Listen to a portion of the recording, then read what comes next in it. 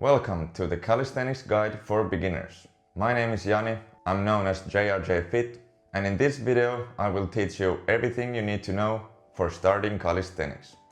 Well, what is calisthenics? Calisthenics is just basically bodyweight training. It can be split into a few categories, for example, sets and reps, skills as in dynamic and static, and weighted calisthenics. But before you start to learn any skills or do weighted stuff, you need to master the basics, and that's what this video is all about. The contents we're gonna cover today are intro, then basic exercises. The basic exercises are split into push, pull, legs and core, and then finally workout planning. The stuff I teach you in this video is based on my own experiences and my education. I have an extensive workout history for over 10 years, and I've been now doing calisthenics for over 2 years, and I've made some pretty good progress in a short amount of time. Calisthenics is all about controlling your body and working with your body weight. You can add resistance by changing the leverages as well as sets and reps in different exercises. So let's get on with it. Alright, let's start with part 1 and the warm-up. I recommend doing a 2 to 5 minute general warm-up. That can be a stationary bike, jogging, or whatever activity that will get your heart rate up and use weighting a little bit. These exercises you see me doing on the screen now, they are more like comprehensive warm-up movements for the whole body and lower body. You can pick some of those exercises and incorporate them into your warm-up routine. In total, your warm-up should last from 5 to 10 minutes, and the purpose is to prepare your body for the upcoming workout. Warming up will reduce your risk of injury, it will increase performance if done correctly, and it also gives you time to really think about the upcoming workout and prepare for it. Alright, since calisthenics is really hard on the shoulder and wrist joints, we will next perform warm-up exercises to target specifically them. What I usually like to do is to get a resistance band and do shoulder external rotations, both with my hand on my side and then lift it up 90 degrees. These will ensure your shoulders are warmed up, and they also will strengthen them in time. Then you can grab the resistance band or a stick and perform some dynamic shoulder stretching. Just move the stick or resistance band from the front to the back. Then we move on to warming up the wrists. I like to warm the wrists up by doing arm circles and then just stretching the wrists gently against the ground. Then lastly, we're gonna perform some scapular push-ups to warm up the shoulder blades and the muscles around them. Controlling the shoulder blades is very important in calisthenics because you need to have a stable base to push or pull from. Alright, now we move on to push exercises. For pushing movements, of course, the push-up is the foundation. If you cannot do a regular push-up, you can do easier variations, such as the kneeling push-up or just push-up on an elevated surface. This reduces the load on your pushing muscles and makes the exercise easier. Commonly you see push-ups done with retracted shoulder blades, aka the scapula. There's nothing wrong with that, but I suggest you protract your scapula. This will benefit you when you move on to harder calisthenics exercises. Next we will cover the pike push-up. The pike push-up is a perfect exercise for your shoulders. It will prepare you for handstand push-ups later on. If you cannot do those, you can just start with push-ups and then slowly work your way up by moving your feet closer. This will shift your weight more to your shoulders. The more you can stack your weight onto your shoulders, the closer you will be to a handstand push-up. Some common mistakes I see with push-ups are usually related to the form. People might have their butt sticking out or their lower back in a crazy arc, so make sure your body stays stable. Another one is have your elbows flared. You don't want to do that, it might lead to injury, so make sure your elbows stay tucked. The last pushing exercise we're gonna cover today is the dip. The dip is another foundational exercise, but it kind of requires you to have parallettes or something similar. You can experiment with chairs, but it might be a little sketchy, so make sure you don't hurt yourself while doing it. In the beginning, you can use one chair and do chair dips. Those are perfectly fine. You can build your way up from those. Time to move on to pulling exercises. Pulling exercises are my favorite, but they require the most equipment.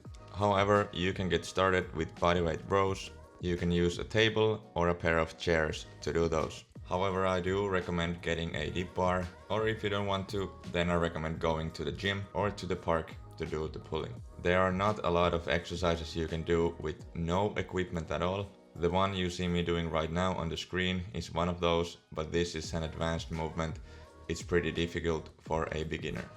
And now to the best pulling exercise of all time, and that is the pull-ups. If I needed to choose one equipment for calisthenics, it would be a pull-up bar. However, pull-ups are quite difficult, so you can start by just hanging from the bar. Then you can move on to an active hang, where you engage your scapula, then eventually do scapular pull-ups, where you keep engaging and releasing your scapula. Like in the pushing movements, scapular control is critical. The next progression towards pull-ups is a negative pull-up, so jump up and then slowly control your way down. Try to go as slow as possible. Then when you feel like it, try to hold the top position. Just hold as long as you can and then lower yourself down. Resistance bands can be a useful tool when learning pull-ups. You can strap them up, they will help you to get up and do the pull-ups. You can start with a thick band, which will give you more help, and then eventually move on to a thinner band and no band at all. Because pull-ups are the greatest back exercise, you should incorporate many variations of pull-ups with different grips and grip widths. They will target different areas of your back and your arms. So feel free to experiment. Generally, if your palms are facing outward, it will target more your forearms and upper back, and then when your palms are facing inwards, it will target more your bicep and your lats. Then let's move on to legs. Yes, you can also train legs with just body weight. The most foundational exercise is the squat. If you cannot do body weight squats, you can hold on to something, a table or a chair, and start with that. Most of the leg exercises are based on variation of a squat. Personally, I like the lunges, forwards and backwards. You can also do the Bulgarian style, so just support your rear leg and then squat on your forward leg. These are great because they work each leg independently and they don't require as much mobility as squats. Anyways, you can really elevate your leg game by incorporating the harder squats. You see me doing a side-to-side squat now. That's the second step from a regular squat. Then you can move on to pistol squats. Pistol squats require a lot of flexibility, mobility and balance on top of just leg strength. So you can practice those by holding on to something, again a chair or a table. Some other fun exercises for legs are just box jumps and sprinting. However, you cannot really do that at home. Maybe you can jump on your couch or something, but I don't recommend it. Since squats mainly work your quads and glutes, your hamstrings don't get a lot of work, so here is one exercise for them. It's called the glute bridge. You just lay down and lift your hips up. It will hit your glutes and hamstrings.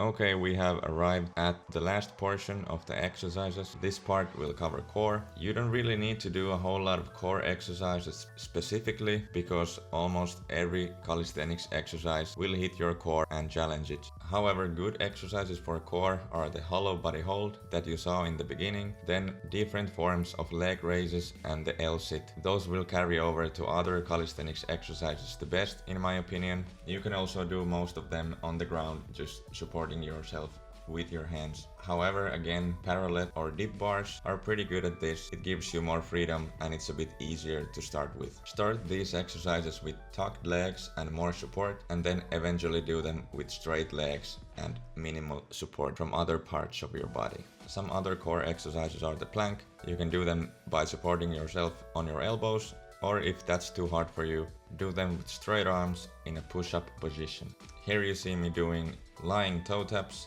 These are great just for the deep abdominal muscles that control your core. Start with bent legs and then eventually move on to straight legs. And now for a golden tip. Whenever you're doing core exercises, make sure your lower back doesn't arch too much. I'm demonstrating that on the screen, so tuck your pelvis in when you're doing core exercise. If you have access to a pull-up bar, you can do almost all of these exercises hanging. It will develop your grip strength and pulling muscles at the same time. I personally do a lot of hanging ab exercises. I think those are great. It kind of gives you a comprehensive workout. Alright, congratulations, you've made it to the workout planning section of this video.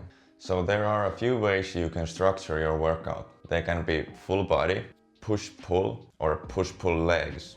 Of course you can also split it in more ways, but I think those three are the most common. Let's go over the full body version first. So here you see a full body workout. Pike push-ups, push-ups, pull-ups, bodyweight rows, squats, lunges, hollow body hold and L-sit. If you train full body, you should always incorporate an exercise for each muscle group. In this example, push exercises are pike push-ups and push-ups. Pulling exercises are pull-ups and bodyweight rows. Exercises for legs are squats and lunges. And exercises for core are hollow body hold and the L-sit. Okay, and then you need to figure out how much to do of each exercise. Here you see the sets and reps. Reps mean how many repetitions you're gonna do in a row, and sets means how many times you will do those repetitions. And this is a common notation for sets and reps, so this will be 4 sets of 6 to 8 reps. And usually around 3 to 4 sets will be enough for each exercise. If you have unilateral exercises, meaning that you will do each arm or each leg at a time, then you will usually see the reps per side. Also, if you have holds on your program, for example the hollow body hold or the L-sit, you will see seconds instead of repetitions in the reps column. So this is how your full body workout could look like. Then, how many times a week should I train? If you train full body, 3 to 4 times a week is enough. So this is an example schedule that you could follow. So Monday training, Tuesday rest, Wednesday training, Thursday rest, Friday training, Saturday rest and Sunday rest. With full body, I recommend keeping one rest day between each training day. On rest days you can do cardio or some light workout, but don't do any high intensity stuff. Then an example of a push-pull split. So here you have on a pushing day, pike push-ups, push-ups, dips, squats, forward lunge, hollow body hold, and lying leg raise. On the pull day, you have pull-ups, bodyweight rows, scapular pull-ups, glute bridge, backward lunge, L-sit and plank. If you split it into push and pull instead of a full body, you can incorporate more exercises per muscle group on the specific workout. For example, we have here now 3 upper body pushing exercises compared to the full body where we only had 2. Same for pulling. We have 3 upper body pulling exercises compared to the full body where we only had 2. The sets and reps follow the same criteria as in the full body.